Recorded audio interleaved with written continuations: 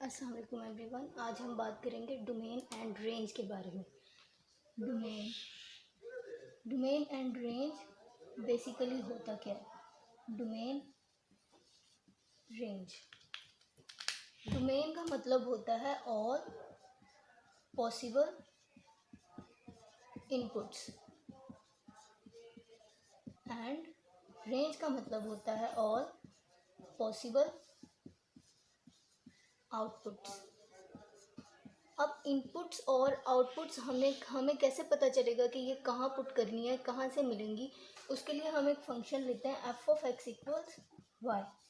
अब यहाँ पर हम एक्स को जो वैल्यूज़ देंगे उन्हें हम बोलेंगे इनपुट्स। इनपुट का मतलब कुछ देना ही होता है। वैल्यूज़ यहाँ पर हम एक्स की वैल्यूज़ पुट करेंगे, उन्हें हम बोलेंगे इनपुट्स। तो हमें यहाँ पर इसके कोरेस्पोंडेंस वाई की कुछ वैल्यूज़ मिलेंगी, उन वैल्यूज़ को हम बोलेंगे आउटपुट्स, जो हमें यहाँ से रिज़ल्ट मिलेगा। अब यहाँ पर इस इनपुट को हम बोलेंगे डोमेन, और ये जो यहाँ से आउटपुट मिलेगा इसको बोलेंगे रेंज।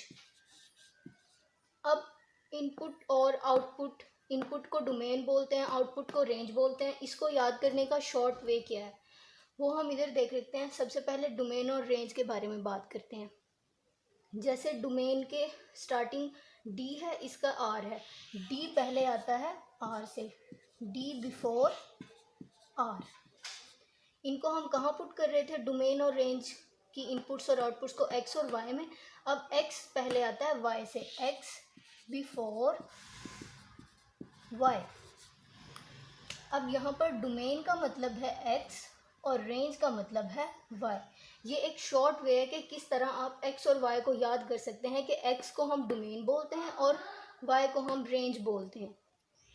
अब यहाँ पर हम एक एग्जांपल देख लेते हैं, f of x equals x. अब हमने यहाँ पर इस एक्स को हमने इनपुट देनी है, मतलब कुछ वैल्यूज़ देनी है। तो जो हमारे पास आंसर आएगा वो हमारा रेंज होगा, और जो हम इसको इनपुट्स देंगे वो उसको हम डोमेन बोलेंगे। इनपुट्स का मतलब होता है वैल्यूज़ और पॉसिबल इनपुट वैल्यूज़। ओके, अब वैल्यूज़ हमने कहाँ से लेनी है? वैल्यूज़ हमने लेनी है रियल लाइन में से, from minus infinity to positive infinity 0। यहाँ से हमने वैल्यूज़ लेनी है, ठीक है। और आंसर्स भी हमारे इसी लाइन में लाए करने चाहिए, मतलब हमारी रेंज।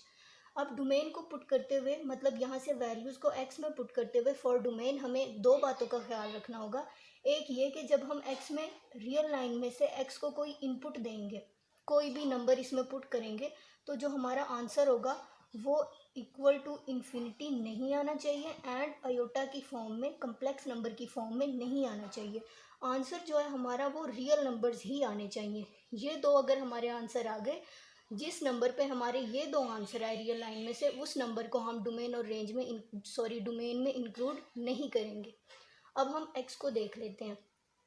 सबसे पहले हम वैल्यूज़ लेते हैं माइनस इन्फिनिटी की तरफ से। अब हम एक्स की वैल्यू -1 ले लेते हैं, -2, कुछ भी आप पुट करके देखें। फॉर एक्स इक्वल्स -1 पुट करते हैं, एक्स की जगह पे -1 पुट करेंगे, -1 इसका आंसर आ रहा है, मतलब रियल नंबर में से आंसर है। -1 हम पुट कर सकते हैं, ये इन कंडीशंस को सेटिस्फाई कर रहा है कि आंसर इन्फिनिटी भी नहीं आया, अयोटा भी नहीं आया। अब आप -2 पुट करें, -3, 0 पुट करें तो आंसर 0 आ जाएगा। For any positive number put करें तो आंसर हमारा पॉजिटिव में आ जाएगा। मतलब कोई भी नंबर पुट करने से हमारा आंसर इन दो फॉर्म्स में नहीं आ रहा।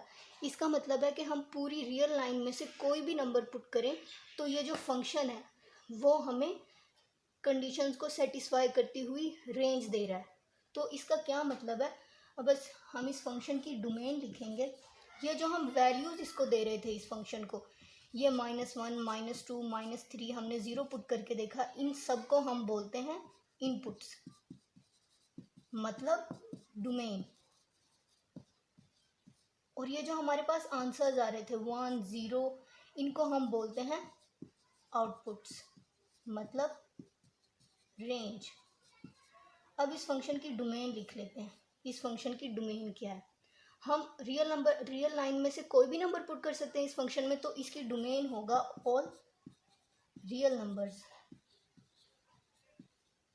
और इसकी रेंज की बात करेंगे तो रेंज में क्या आएगा, हम रियल नंबर्स को पुट कर रहे थे तो आंसर हमारे पास रियल लाइन में से ही वैल्यूज़ आ रही थी, तो इसकी रेंज में भी आ जाएगा ऑल रियल नंबर्स।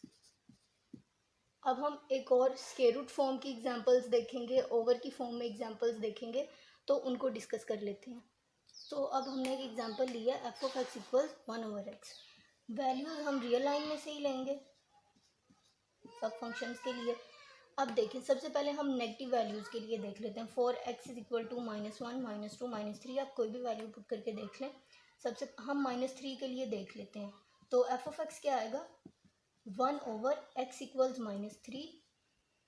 तो ये मतलब इन्फिनिटी की फॉर्म में भी आंसर नहीं आ रहा, ना ही आयोटा की फॉर्म में आंसर आ रहा है, रियल लाइन में से ही आंसर आ रहा है। इसको आप डिवाइड करेंगे तो माइनस पॉइंट समथिंग आंसर आएगा, जो कि हमारी कंडीशन को सेटिस्फाई कर रहा है। इसी तरह -4 आप कुछ भी नंबर नेगेटिव का इसमें पुट करें तो वो रियल लाइन में से ही आंसर आ रहा है। उसके बाद हम यहाँ से पॉजिटिव वैल्यू में से कोई वैल्यू लेके देख लेते हैं। हम 15 ले सकते हैं, हम 15 ले लेते हैं।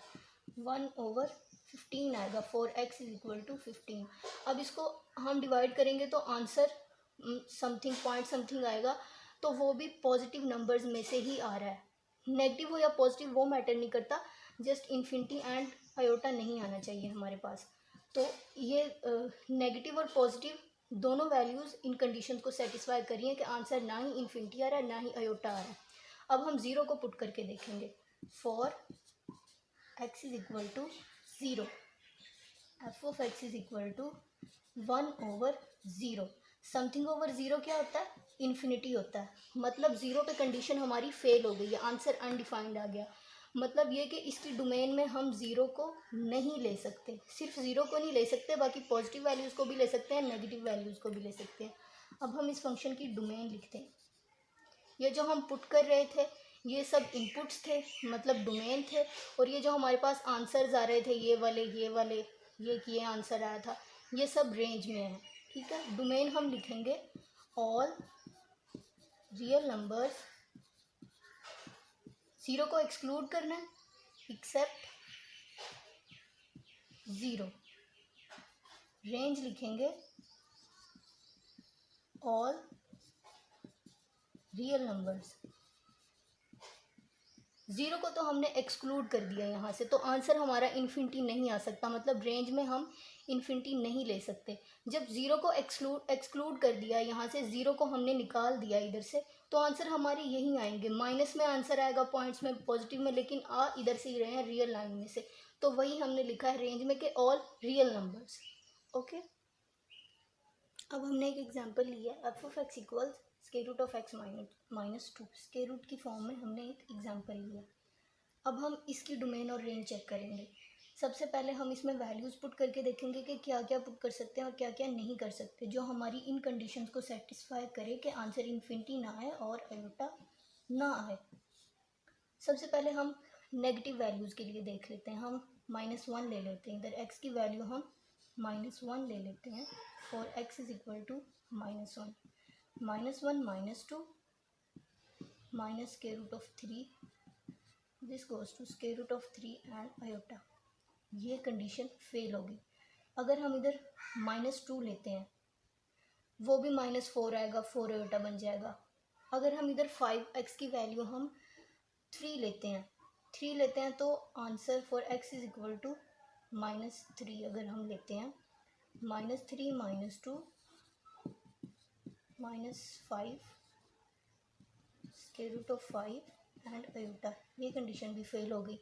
मतलब हम यहाँ पर x की कोई भी नेगेटिव वैल्यू नहीं ले सकते। कोई भी नेगेटिव वैल्यू लेंगे तो आंसर हमारा नेगेटिव फॉर्म में आ जाएगा और वो कम्प्लेक्स नंबर्स में चला जाएगा। मतलब हम इस रियल लाइन में से नेगेटिव पार्ट को इसकी डोमेन में नहीं ले सकते। अब हम ज़ीरो के लिए देख लेते हैं। For x is equal to 0, तो आंसर क्या आएगा, यहाँ पर लिखती हूँ मैं 0 - 2, that will be square root of 2 iota. Zero भी हम नहीं ले सकते, इस पूरे पोर्शन को हम इसमें से एक्सक्लूड कर देंगे। अब हम पॉजिटिव वैल्यूज़ की बात करते हैं। सबसे पहले हम देखते हैं 4x is equal to 1, 4x is equal to +1। जब हम इधर +1 के लिए देखेंगे तो आंसर क्या आएगा? आंसर आएगा हमारा -1। तो ये भी हमारा आयोटा की फॉर्म में चला जाएगा, तो हम इधर +1 भी नहीं ले सकते। कौन कौन सी हम यहाँ, अगर हम यहाँ पर +2 लेते हैं तो हमारा आंसर क्या आएगा? 0 आएगा। इसी तरह अगर +3 लेते हैं तो आंसर पॉजिटिव वैल्यू आएगी। तो इसका मतलब है कि हम यहाँ से x की वैल्यू 1 भी नहीं ले सकते। इस पूरे पोर्शन को हम यहाँ से एक्सक्लूड कर देंगे और ये जो रिमेनिंग पोर्शन है पॉजिटिव इन्फिनिटी वाला, ये इसकी डोमेन में आएगा। तो हम इस फंक्शन की डोमेन लिखेंगे all positive real numbers, all positive real numbers accept 0। और इसकी रेंज में क्या आएगा? जब हम इसकी रेंज की बात करेंगे, इसकी रेंज में हमारे पास आंसर 2 पुट करने से 0 भी आ रहा है, सिर्फ नेगेटिव वैल्यूज़ हमारी नहीं आएंगी आंसर में। तो हम लिखेंगे all real numbers accept negative real numbers. तो ये इस फंक्शन की डोमेन और रेंज है। अब आपको कोई भी क्वेश्चन दिया जाए, इस तरह से कोई फंक्शन दिया हो, तो उसमें आप इस तरह से रियल लाइन में से पहले नेगेटिव वैल्यूज़ को पुट करके देख लें, 1 2 को, फिर 0 को पुट करके देख लें, प्लस वैल्यूज़ को कुछ पुट करके देख लें, तो आपको फंक्शन की डोमेन और रेंज का बहुत अच्छे से पता लग जाएगा। मैंने कुछ एग्जांपल्स करवाई हैं। क्वेश्चंस भी आपको इसी टाइप के आएंगे। अगर आपको कुछ समझ ना आए तो आप कमेंट करके पूछ सकते हैं। Take care.